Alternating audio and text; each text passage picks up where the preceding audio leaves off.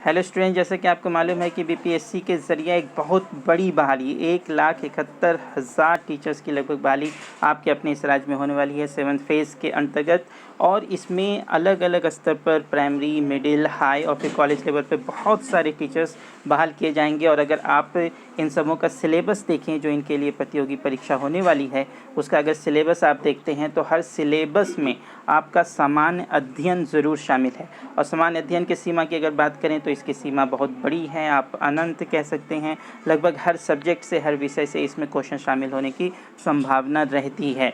तो किस तरह एक इफ़ेक्टिव वे में सामान्य अध्ययन के इस टॉपिक को, सामान्य अध्ययन के इस पार्ट को कवर किया जाए, तो उसके लिए बहुत सारी बुक्स भी हैं जो आप पढ़ रहे होंगे, लेकिन मैं आपके लिए लेकर आया हूं कुछ सेट्स। अगर इस सेट्स को आप देखते हैं जिसमें कुछ इंपॉर्टेंट क्वेश्चंस वन लाइनर्स के फॉर्म में इंक्लूड किए गए हैं, तो आपकी तैयारी और भी अच्छी होगी, सेटिस्फैक्ट्री होगी और फिर आप अच्छी तरह अपने एग्ज़ाम को दे पाएंगे। तो आज के इस वीडियो में जैसा कि मैंने आपको बताया कि सेट 1 को मैं देखूंगा, मैं रखूंगा आपके सामने, और इसी तरह बहुत सारे सेट्स आपके अपने इस यूट्यूब चैनल पर अपलोड किए जाते रहेंगे। आप टाइम टू टाइम उसे देखते रहें, बार बार देखते रहें, ताकि आपको रिवाइज हो जाए, याद हो जाए। और जो क्वेश्चंस इंक्लूडेड हैं वो भी मैं बताऊंगा, साथ ही साथ कुछ जो एसोसिएटेड जानकारी हैं वो भी मैं आपके सामने रखने की कोशिश करूँगा, ताकि आपका नॉलेज बढ़ता रहे। तो चलिए स्टूडेंट, शुरू करते हैं आज का ये पहला सेट। उससे पहले एक छोटी सी गुजारिश, अगर आप चैनल पर नए हैं तो चैनल को सब्सक्राइब कर दें और बेल आइकन को भी प्रेस कर दें, ताकि इस तरह की सारी यूज़फुल वीडियोस आप तक पहुंचती रहे।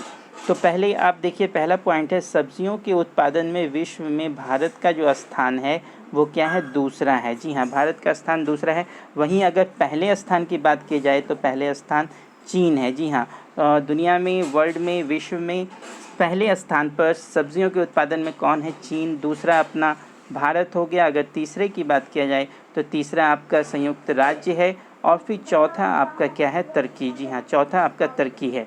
ये आप याद रखेंगे, ये एक इम्पॉर्टेंट जानकारी है और बहुत सारी प्रतियोगिता परीक्षा में इस तरह के क्वेश्चंस आते ही रहते हैं। पॉइंट नंबर 2 आप देखिए, भारत में कर्मचारी राज्य बीमा योजना को कब लागू किया गया था? 1952 ईस्वी में प्रारंभ किया गया था।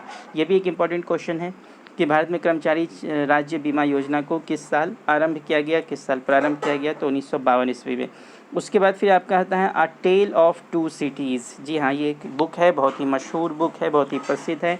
किसके लेखक कौन है? चार्ल्स डिकेंस हैं। जी हाँ, अ टेल ऑफ टू सिटीज़ के लेखक आपके कौन हो गए? चार्ल्स डिकेंस हो गए। चलिए अब उसके बाद आगे बढ़ते हैं स्टूडेंट्स। अब आगे आपका एक और भी फेमस बुक है, माई स्टोरी। माई स्टोरी जो एक बुक है वो क्या है? मार्टिना नवरातिलोवा की आत्मकथा है यह। जी हाँ, आत्मकथा है। किसकी आत्मकथा है? मार्टिना नवरातिलोवा की। फिर उसके बाद आपका राष्ट्रीय युवा दिवस जो मनाया जाता है वो 12 जनवरी को मनाया जाता है। जी हाँ, 12 जनवरी को राष्ट्रीय युवा दिवस मनाया जाता है। अब फिर नेक्स्ट आपका वो प्रथम देश न्यूजीलैंड है जिसने महिलाओं को वोट देने का अधिकार दिया था। ये क्वेश्चन आपका कई बार एग्ज़ाम में पूछ चुका है, विभिन्न प्रतियोगिता परीक्षा में ये क्वेश्चन आया है कि वो देश कौन था जिसने सबसे पहले महिलाओं को वोट देने का अधिकार दिया था। तो वो आपका कौन है? न्यूजीलैंड है।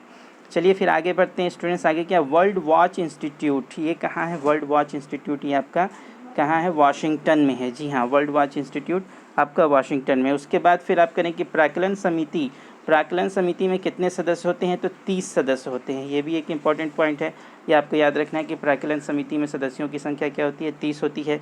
उसके बाद फिर है आपका है खाद्य पदार्थों का संरक्षण किस अम्ल के ज़रिया होता है? तो बेंजोइक अम्ल के ज़रिया होता है। जी हाँ, बेंजोइक अम्ल, ये आप याद रखेंगे कि खाद्य पदार्थों का जो ये संरक्षण होता है, उनको जो बचाया जाता है ख़राब होने से, उन्हें ऑक्सीडाइज होने से जो बचाया जाता है, ताकि वो उसके टेस्ट और दूसरी चीज़ें वो ख़राब ना हो जाए, वो आपका टॉक्सिक ना हो जाए, तो किससे उसका संरक्षण किया जाता है? बेंजोइक अम्ल से किया जाता है।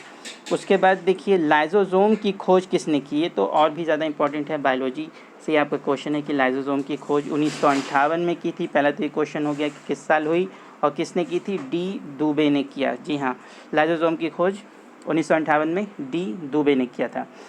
उसके बाद किस सदन को जनता का सदन कहते हैं? तो ये आपको मालूम ही होगा, जिन लोगों को मालूम नहीं वो जान लें कि लोकसभा को जनता का सदन कहा जाता है, इसे लोअर हाउस भी कहा जाता है।